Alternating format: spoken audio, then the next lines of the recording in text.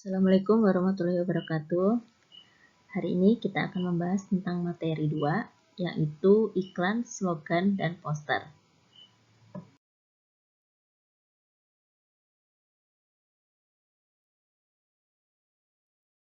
Kompetensi dasar yang akan kita bahas kali ini adalah 3.3 mengidentifikasi informasi teks iklan, slogan, atau poster yang membuat bangga dan memotivasi dari berbagai sumber yang dibaca dan didengar. 4.3 menyimpulkan isi iklan, slogan, atau poster membanggakan dan memotivasi dari berbagai sumber. 3.4 menelaah pola penyajian dan kebahasaan teks iklan, slogan, atau poster yang membuat bangga dan memotivasi dari berbagai sumber yang dibaca dan didengar. 4.4 menyajikan gagasan, pesan, ajakan dalam bentuk iklan, slogan, atau poster secara lisan dan tulis. Tujuan pembelajaran. Setelah mengikuti proses pembelajaran, peserta didik diharapkan dapat mengidentifikasi isi dan unsur-unsur yang terdapat pada iklan, slogan, atau poster, menjelaskan isi dan unsur-unsur yang terdapat pada iklan, slogan, atau poster. Nah, apa sih pengertian dari iklan, slogan, dan poster itu?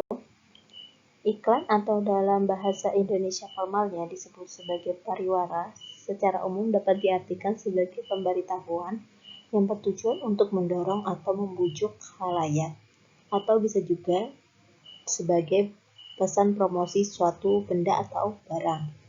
Nah, slogan itu adalah perkataan atau kalimat pendek yang dipakai sebagai dasar atau tuntutan atau disebut juga pegangan hidup, prinsip utama dari suatu usaha, organisasi, dan sebagainya.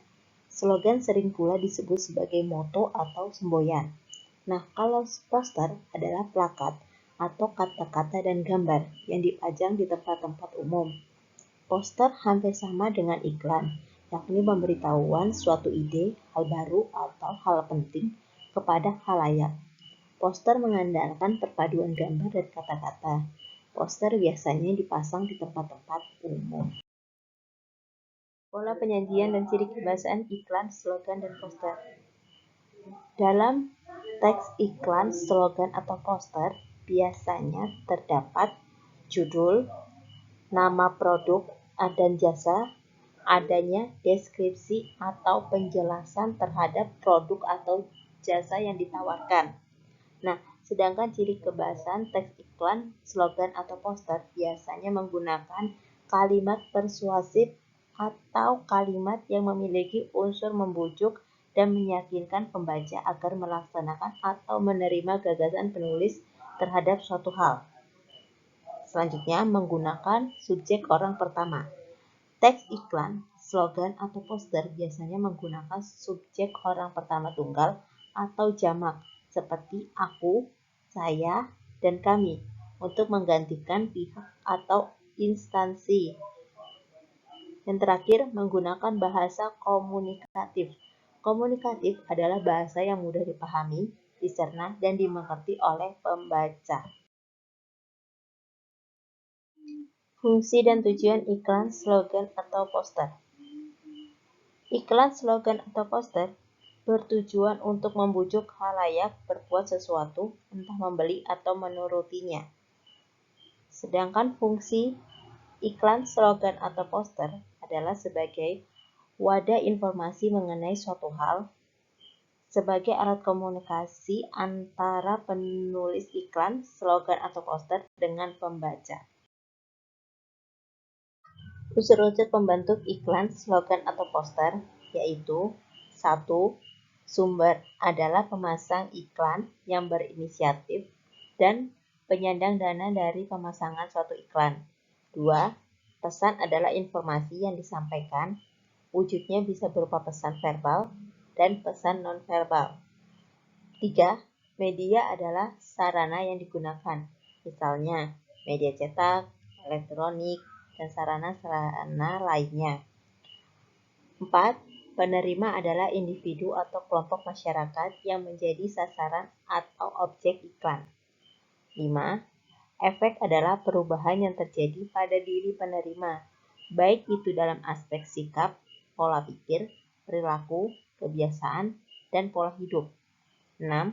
Umpan balik adalah tanggapan, reaksi, atau respon yang dikehendaki dari penerima pesan, misalnya dengan membeli produk yang ditawarkan dan menolak pemakaian narkoba.